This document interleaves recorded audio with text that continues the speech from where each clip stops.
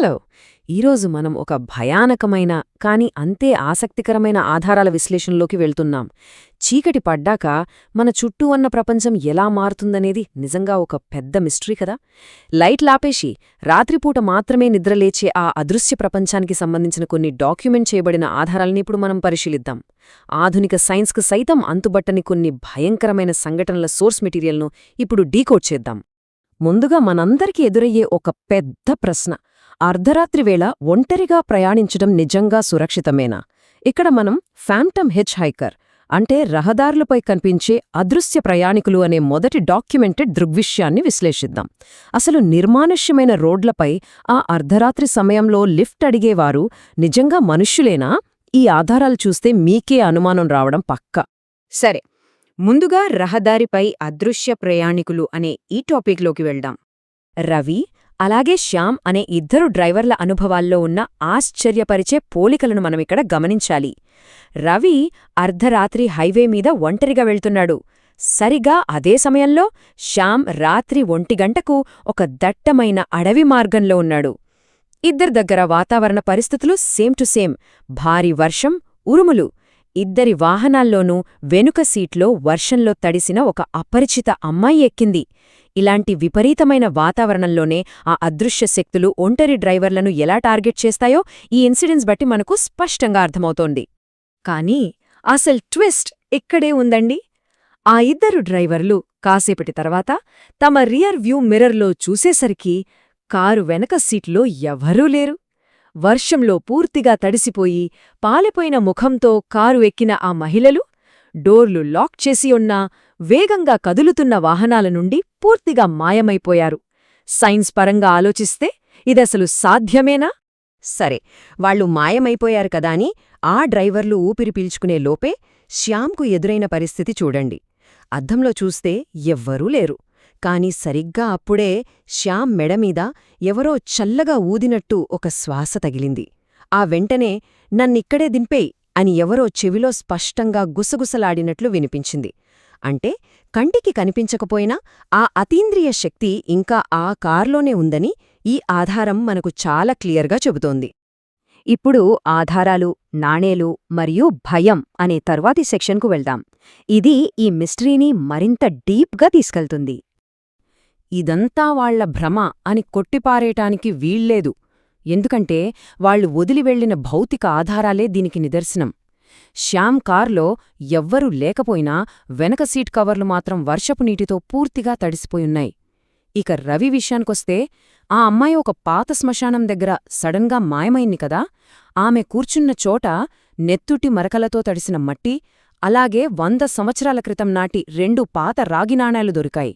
Just imagine చేసుకోండి, ఇవి అదృశ్యశక్తులు ఉనికిని నిరూపించే సాలిడ్ ప్రూఫ్స్ కాదా? ఇక నెక్స్ట్, అద్దంలో అపరిచితుడు అనే ఈ సెక్షన్ చూద్దాం. ఇది ఇంకా భయంకరంగా ఉంటుంది. ఈ రెండవ డాక్యుమెంటెడ్ ఆధారం ఒక పాడుబడిన బ్రిటిష్ కాలం నాటి బంగ్లా. అందులో ఉన్న ఒక పురాతన అద్దం చుట్టూ తిరుగుతుంది. దెయ్యాలంటే అస్సలు నమ్మకం లేని కిరణ్, సురేష్ అనే ఇద్దరు కాలేజ్ స్టూడెంట్స్ ఆ శిథిలమైన బంగ్లాలోకి రాత్రిపూట సరదాగా ఎక్స్ప్లోర్ చేయడానికి వెళ్లారు. వాళ్లకక్కడ దుమ్ముపట్టి వింతైన చెక్కడాలు ఉన్న ఈ నిలువెత్తు పాతకాలపు అద్దం కనిపించింది. ఇక్కడ జరిగిన ఈవెంట్స్ చాలా క్రేజీగా ఉంటాయి. వాళ్ళ చీకటింట్లోకి వెళ్లారు. ఆ అద్దాన్ని చూశారు. కిరణ్ నవ్వుతూ అద్దంలో తన ముఖాన్ని చూసుకున్నాడు. కాని ఇక్కడే అంతా తలకిందులైంది. కిరణ్ తన చేతిని కిందకు దించాడు. కాని అద్దంలో ఉన్న అతని ప్రతిబింబం మాత్రం చేతిని కిందకు దించలేదు. అది అలాగే పైకి ఉంచి స్వంతంగా కదులుతూ చాలా క్రూరంగా వాడి వంక చూసి నవ్వింది. ఆ తర్వాతి క్షణంలోనే ఊహించని ఘోరం జరిగింది.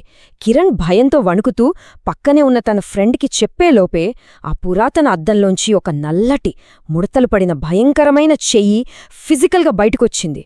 అది నేరుగా కిరణ్ గొంతును గట్టిగా పట్టుకుని ఒక్కసారిగా అత్యంత వేగంగా ఆ అద్దం లోపలికి లాగేసుకుంది. సో ఇక్కడ అసలు పాయింట్ ఏంటంటే, ఈ అద్దం వెనుక చీకటి ప్రపంచం అనే సెక్షన్లో మనం చూడబోయే రిజల్ట్. ఆ భయానక దృశ్యాన్ని కళ్ళారా చూసిన సురేష్ ప్రాణభయంతో అక్కడి నుండి పరుగులు తీశాడు. మరుసటి రోజు ఉదయం గ్రామస్తులు వచ్చి ఆ బంగ్లాలో ముక్కలు ముక్కలుగా పగిలిపోయి ఉన్న ఆ అద్దాన్ని చూశారు. కాని కిరణ్కు సంబంధించిన ఆనవాళ్లు ఏమైనా దొరికాయా అని విశ్లేషిస్తే మనకు దొరికే సమాధానం 0. అవును, అక్షరలా 0. అతనికి సంబంధించిన ఒక్క చిన్న ఆధారం కూడా అక్కడ లేదు. ఆ చీకటి కోణంలోకి అతను పూర్తిగా కనుమరుగైపోయాడు. ఈ ఆధారాలన్నీ మనకు ఒకటే స్పష్టం చేస్తున్నాయి. భౌతిక ఆధారాలు వదిలివెళ్లే అదృశ్య ప్రయాణికులైనా, మనుషులను మింగేసే అద్దాలైనా, ఈ చీకటి నీడల్లో ఆధునిక సైన్స్కు అందని ఎన్నో రహస్యాలున్నాయి.